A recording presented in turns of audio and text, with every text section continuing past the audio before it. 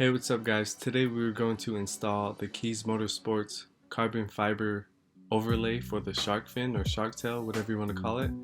And this is real carbon fiber and it looks really good. There's a glossy finish, so let's go ahead and move on.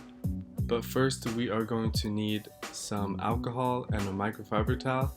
And if you guys do buy this from him, he does send you a keychain and a Keys Motorsports sticker. I'd recommend you guys get this over wrapping your shark fin because this is just so much easier and faster. So that is a test fitment. Now let's go ahead and get our alcohol and put it on a microfiber towel and clean it off.